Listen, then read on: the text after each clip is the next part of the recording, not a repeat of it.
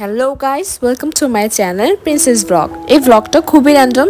সেই দিন আমরা খালামণির বাসায় গিয়েছিলাম এবং খালামণির বাসায় যেয়ে আমরা কি করলাম সেটাই থাকছে আজকের এই ভিডিওতে। তো এখানে আমি আমার বোন একটু সাজুগুজু করে চলে গেলাম খালামণির বাসায়। সো গাইস, দেখতে দেখতে আমার চ্যানেলে 955 জন সাবস্ক্রাইবার হয়ে গেছে। আমার রান্না বান্নার ব্লগ বানানোর আইডিয়াটা আমার খালামণির কাছ থেকে এসেছে। আমার চ্যানেলে প্রথমে যে কুকিং ভিডিওসগুলো আমি আপলোড করেছি সেগুলো কিন্তু আমার খালামণির হাতের রান্না করা খাবার। তার সব রান্নার মধ্যে একটা জাদু আছে। স্পেশালি আমার খালামণির হাতে রান্না করা পোলাও, এছাড়াও রোস্ট আর গরুর মাংসের কথা না বললেই না। পোলাওটা দেখে বোঝা যাচ্ছে যে এটা কতটা ঝরঝরে হয়েছে। তো ডাইনিং টেবিলে সব রকমের খাবার সুন্দরভাবে সার্ভ করে দেওয়া হলো এবং আমরা সবাই মিলে খেতে বসে পড়লাম। এই খাবারের আইটেমটা হচ্ছে দেশি চিংড়ি মাছের টিকা। একদম ছোট ছোট গুঁড়ি গুঁড়ি চিংড়ি মাছ দিয়ে এই টিকাটা বানানো হয়েছে। খাবারের সৌন্দর্যটাকে একটু বাড়ানোর জন্য রোস্ট এবং গরু মাংসের উপরে একটু বেরেস্তা দেওয়া হয়েছে। আমরা সবাই খাবার খাচ্ছিলাম আর ডিসাইড করছিলাম যে কোথায় আসলে আজকে ঘুরতে যাওয়া যায়। সরি, আমার গলার অবস্থা একদমই খারাপ, আমার ঠান্ডা লেগেছে, তাই আমার গলার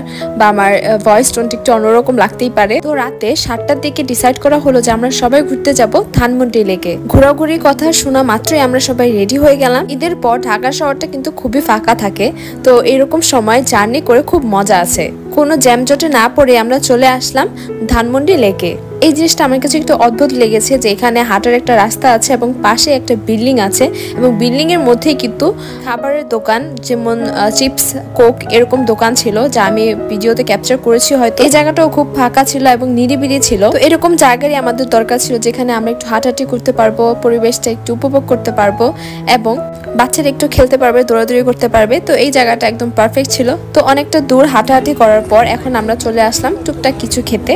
এই রেস্টুরেন্টটায় অনেক রকমের খাবারের আইটেম ছিল। আমরা সামনের দিকে একটু এগিয়ে গেলাম, এখানেও মানে পিছন সাইডেও দেখলাম রেস্টুরেন্ট আছে। এখানে বানানো হচ্ছিল কাবাব আর তার পাশে ছিল ফুচকা বাড়ি। তো আমরা এখান থেকে একটু টুকটাক খাবার খেয়ে যাবো, অত ভারী কিছু খাবো না, তাই আমরা ফুচকা খাওয়ার জন্য বসে পড়লাম। এরপর আরো কিছু রেস্টুরেন্টের ভিতরে দেখতে পেলাম যেরকম পিৎজা স্থান, এই সবগুলা খাবারের দোকান কিন্তু একসাথেই ছিল। এর পাশে ছিল আবার ওয়েফেলস, এর পাশে আবার আরেকটি খাবারের দোকান ছিল। তো এই জায়গাটা পুরোটা জুড়েই কিন্তু খাবারের দোকান দিয়ে ভরপুর ছিল। কিছুক্ষণ সবাই বসে থাকলাম, চিল করলাম, এরপরে আমাদের খাবারটা চলে আসলো। এখানে ফুচকাটা আমাদের কাছে একটু ভালো লাগেনি। বাইরের 20 টাকার ফুচকা এর থেকে অনেক বেটার, তবু একটু ভালো জায়গায় খাওয়ার ইচ্ছে ছিল।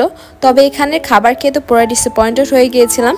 তো এই চটপটিটা মোটামুটি ভালোই ছিল। তো এইভাবে সারাটা দিন কেটে গেল। গাইস, আমার চ্যানেলে কিন্তু সাবস্ক্রাইব করতে ভুলবেন না। আরো ইন্টারেস্টিং ভিডিও দেখার জন্য অবশ্যই আমার পাশে থাকবেন। আল্লাহ হাফেজ।